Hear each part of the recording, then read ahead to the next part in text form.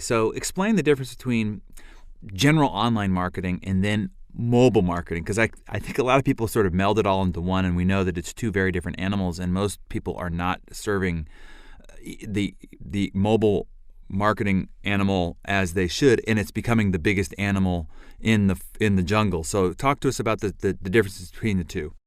So somewhere I saw a stat that says that more than 40% of US-based businesses, at least, have no web presence, period.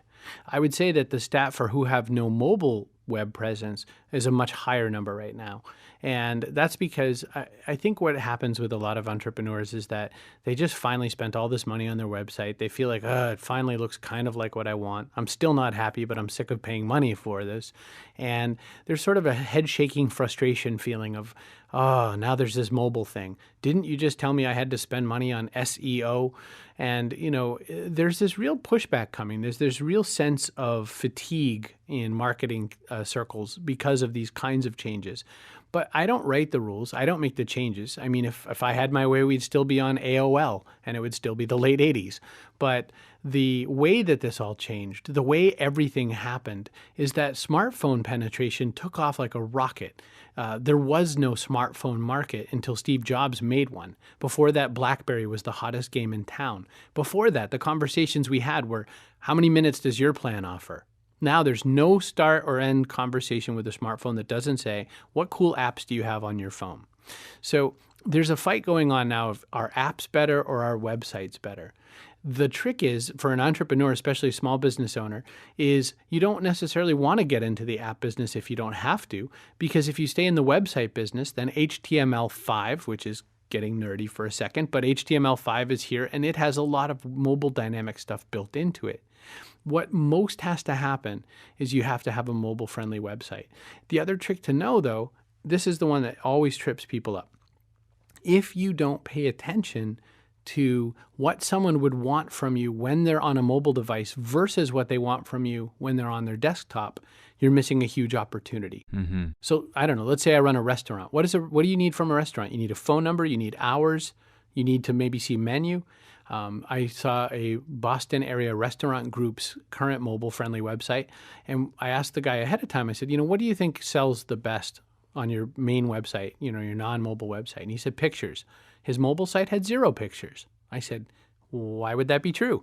And he said, well, because the guy who designed it said that it's hard to load pictures. And I said, yes, absolutely. In 1997, it was really hard to load pictures on your phone.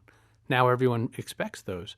So there's a lot of that at hand, Darren. And the problem is it's a little bit like going to the dentist every 6 months. You can't just say, got my website, I'm done. That'd be the same as not doing your teeth every little while. Mm-hmm. So it's just an operating expense that has to happen. So we can give some people some tangible things to act on.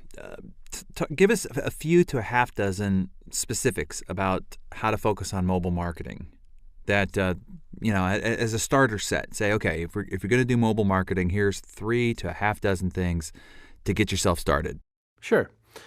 To get mobile marketing started, you have to start by making your basic website mobile dynamic. Right after that, you have to really reconsider all of the print that you're creating and make it more brief. Brevity rules on this new mobile web because, again, we have smaller screens for the most part. The other thing you're going to want to look into is you want to look at making sure that you're addressing the kinds of needs that people are asking for at any one time so that when they're on a mobile device, it's simple to do the thing they most likely will need to do with you. That transaction, it has to be the simplest transaction. Fourth is make sure that your marketing is really clear as to one ask per marketing attempt. So if you're sending out some kind of a message and you want something, make it just one ask so that it's simple for someone to click or simple for them to reply. Newsletter marketing changes in the mobile world because, for instance, a lot of newsletters come from a template that starts with having trouble reading this, click here to view it in a browser. Well, you're already on a mobile device. It's not going to look much better when you click that. So reconsider your newsletter templates and all that for the mobile space.